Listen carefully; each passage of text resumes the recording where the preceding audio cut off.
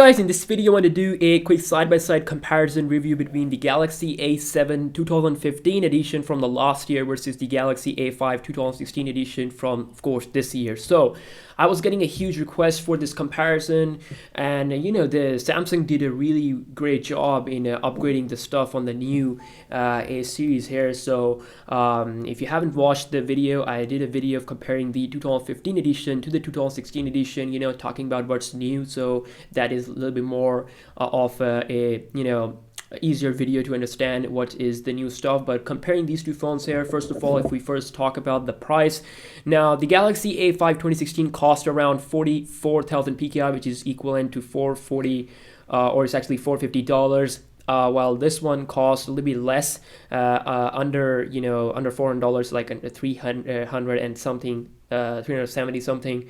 So yeah, this one is expensive as compared to this one. So let's see here. First, start off with the build quality. Now both phones are premium in their own way. This phone is more slimmer, this phone is more lighter, but this one is more premium. Okay, why it is more premium? Because it has the glass and the aluminum on the sides, making it more premium overall, because it has the latest design language from the Note 5. They kind of made it like a Note 5 has a little bit edged effect on the display, so that's why overall it feels more of a premium than this one. This is more slipperier, or it's slippery as compared to this one, but it's your personal preference. If you like glass made phones, then you will like this one a lot. Otherwise, of course, this one you will like this one. So if we compare it like this, you can see here how thinner the A7 is. This one is thicker because of battery. Okay, so bigger battery makes the device a little bit thicker, and I don't mind.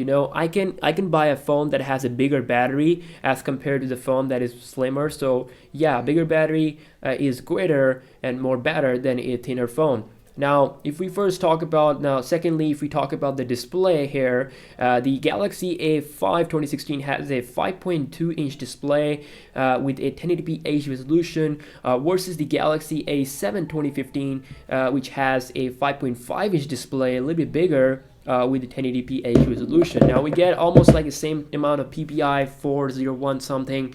So overall, if we talk about the display quality, both phones are absolutely good. This is like a flat display, so we don't get the edge effect on this one as compared to this one. So we get a little bit edge effect on the A5 2016 edition, all the 2016 models.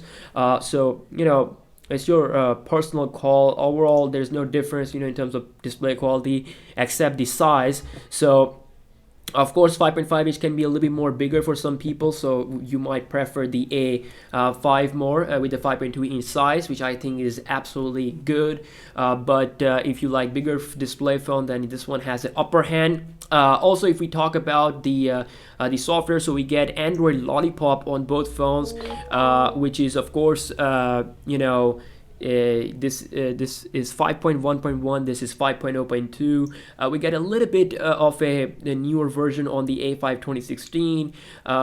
So if we go into about section, this one is rocking 5.0.2, like I said. And my subscribers, they always ask me all the time then that when the A series, the A2016 series will receive the Marshmallow update. So my answer is that that there is no word yet, but Samsung will update the A series, the 2016 A series first, as compared to the older series. So we don't really know if the Marshmallow will be available to the older series, but it is obvious that they will going to update the latest series. Now, software performance, is if we compare them like this, of course, both are absolutely beast of the phone. They have a Snapdragon 615 here. They put Snapdragon 615 here. This is a quad-core 1.5 GHz chipset with Adreno 405 GPU with 2 gigs of RAM. This one comes with the Exynos 7580 octa-core chipset,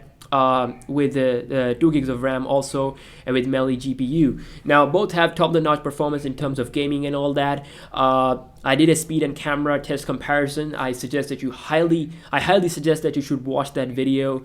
That will answer most of your question in terms of apps opening, multitasking, RAM management, and boot up, and browser performance, camera performance, all that stuff I did in that video. So I'm gonna put the card. You can click the I button up there to find that video. Now, now of course, if we talk about the camera now, which is of course another big improvement here on the new A series, which is they included the optical image stabilization. They also made the camera sensor a little bit bigger, but the resolution is same. Okay, so both still have 13 megapixel camera, both still have 5 megapixel front camera, but the bigger resolution will result in a better low light shot. So you get a better performance when you are capturing photos and videos indoors compared to the A7.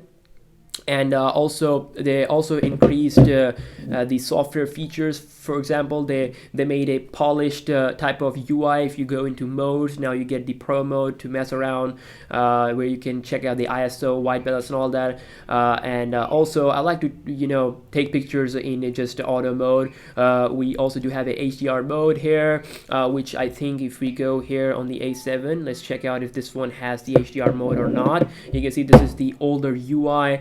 In modes, if we go, we have rear cam selfie, continuous shot. Yes, we do get the HDR mode on the A7 also, but if we go here into camera sensor size, you can see here the camera sensor size is now reduced to 8 megapixels, so you can't really take the full advantage of the camera. And personally, there's not a big difference between the auto mode and the HDR mode, and on these phones I haven't seen any big difference. So you can watch my camera test, also camera speed test comparison. Overall, this one does produce better results when it comes to indoor shots because of a bigger sensor, but overall the outdoor shots are just gorgeous on both phones. They are really worth the money. So now the main question is the battery life, how good it is on the new A series, and my answer is just phenomenal. I mean, the battery is phenomenal on the new A series. This is 2,900 milliampere battery. This one is having slightly lower 2,600.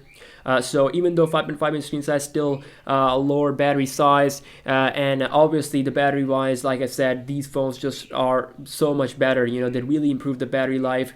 I'm on this A series, I'm almost getting around like 4 hours of on-screen time. On the A7 2016, this one is giving me around 3 hours, close to 4 hours something on screen time. And it just depends on your usage, how much music you play, how much videos you watch. So I basically watch videos on YouTube. Another good thing with the new A series is that now the speaker is on the bottom, so which means that for those people who like to use their phone on the flat table will enjoy more, because now the speaker is on the bottom, so it's not going to be blocked like it used to be blocked on the A7. When I put it like this, so I play a video, the sound will be blocked. So yeah, speakers at the bottom are kind of better than the speakers on the back of the phone. So good job, Samsung.